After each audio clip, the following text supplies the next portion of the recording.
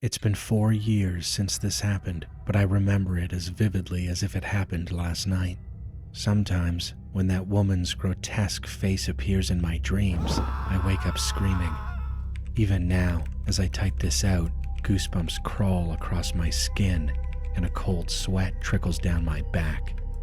It was mid-June on a rainy evening. You know those days when the sky never really brightens and the rain just keeps falling, like the world's holding its breath. Yeah, it was one of those days. I was on the veranda, rushing to bring in the laundry before the storm got worse. Wonder how they animate these videos. Like, do somebody just like draw it out, or like, I know the script is probably created through ChatGPT, but I'm just curious on how they formulate videos like this. That's when I saw something out of the corner of my eye. I turned my head. There was a woman standing at the end of the driveway, just in front of my house. At first glance, it looked like she had no head. A short, involuntary scream escaped me. Not loud, just a startled, breathless noise. But when I focused, I realized the truth was somehow even worse.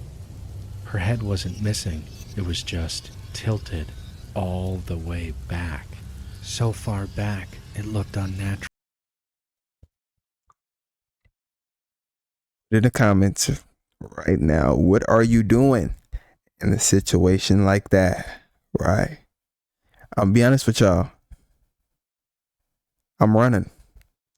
Like, you have to get the fight or flight, bro. I mean, but you're in the house, so it's like, where are you going to run to? I'm calling 911, bro. Yeah. I think that'd probably be the best option for me, bro. Cause it's like, I mean, like, like, if you see that and the neck don't even look like it's attached, it's like, bro, like, my time is ticking, bro.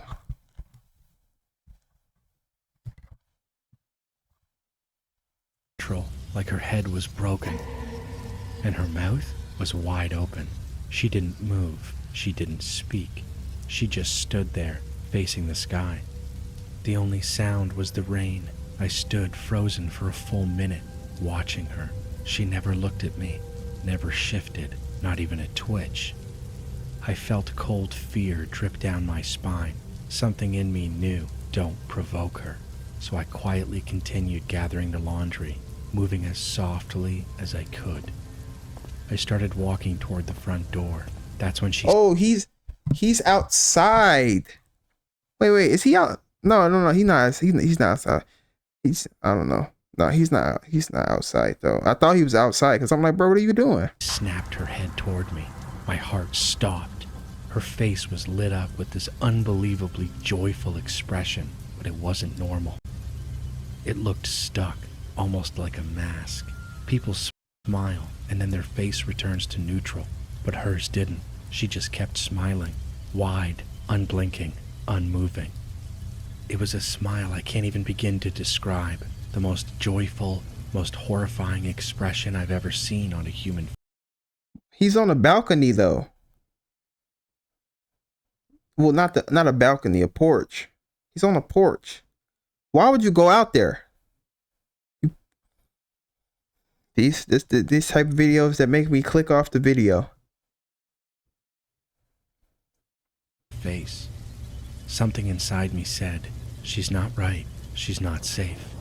But I didn't say a word. I didn't make a sound. I ran. I bolted for the front door, yanked it open, dashed inside, and slammed it shut behind me. Click. I locked it. 3 seconds later, there was a massive bang against the door. I screamed and dropped everything. The laundry scattered everywhere. I collapsed to the floor. What are you doing? I screamed. My voice sounded like a terrified child's, but there was no answer, just silence. I remember thinking, how did she get here so fast?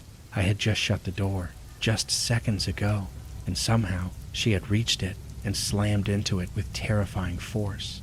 It sounded like a body slam, not just a knock. I'm calling the police! I shouted. Still Should've been did that. silence. I crept to the window and peeked outside.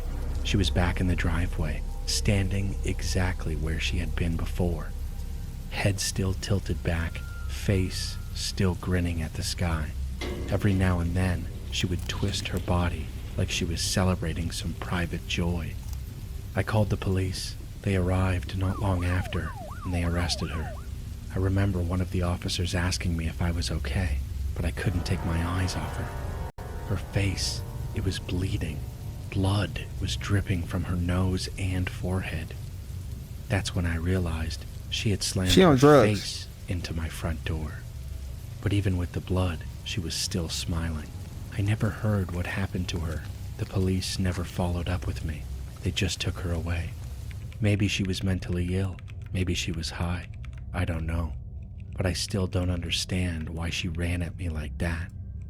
And I can't stop thinking, if I hadn't shut that door in time, she would have slammed right into me. I think about that moment every time it rains.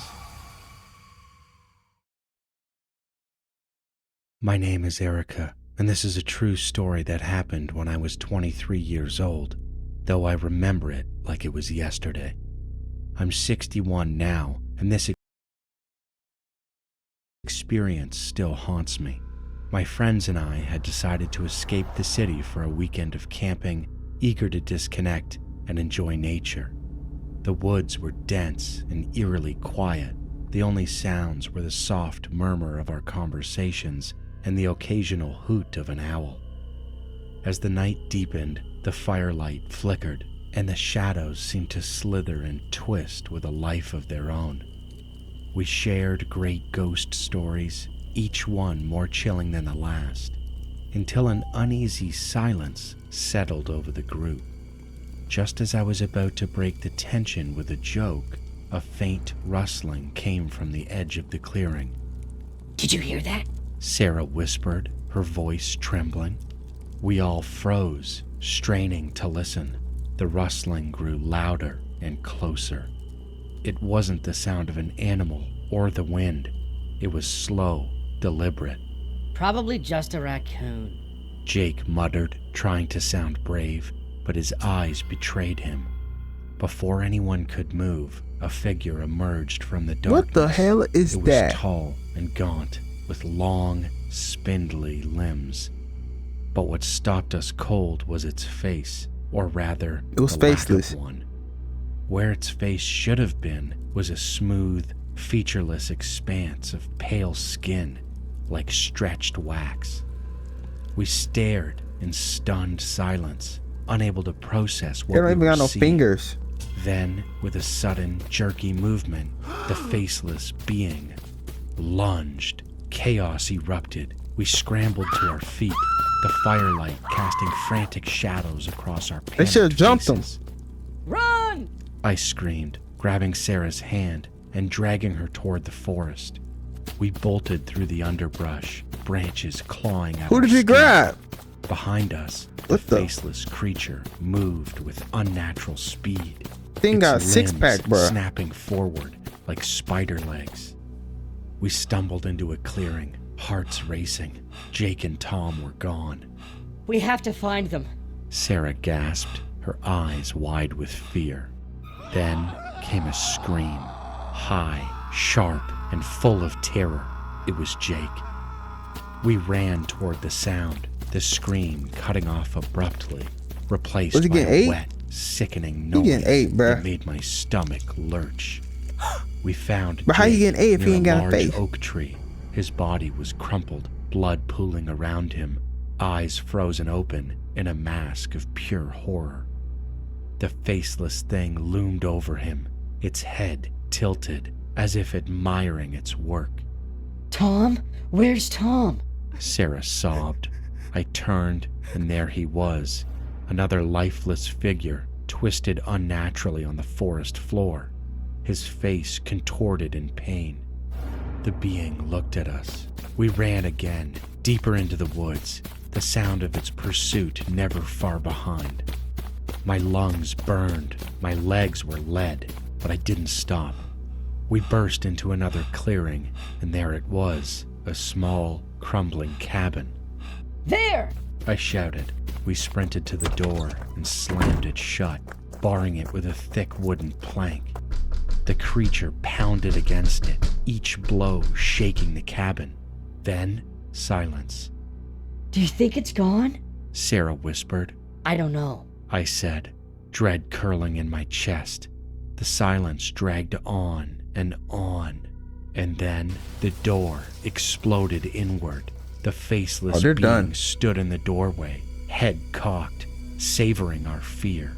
It moved toward us, slowly, arms outstretched.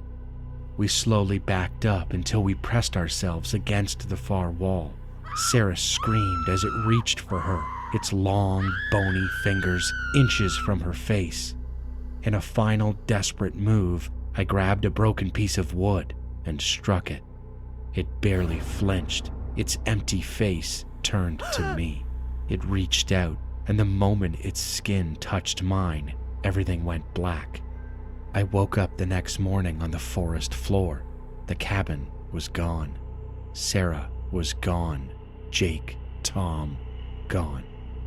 All that remained was the blood on my clothes and the crushing dread in my chest.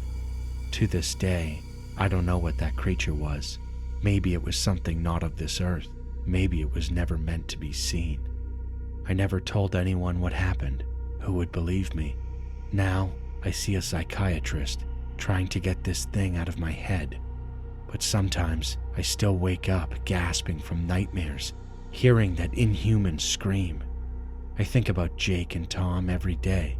I wonder, would they have families now if that night never happened? I just want young people to be careful. You never know what's out there.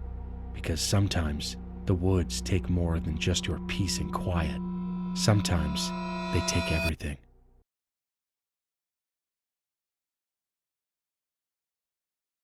Y'all make sure y'all drop a like, comment, subscribe if y'all enjoy content like this. Anywhere out, bruh. That second story, I don't know. That second story was just, I don't know. That second story, bruh.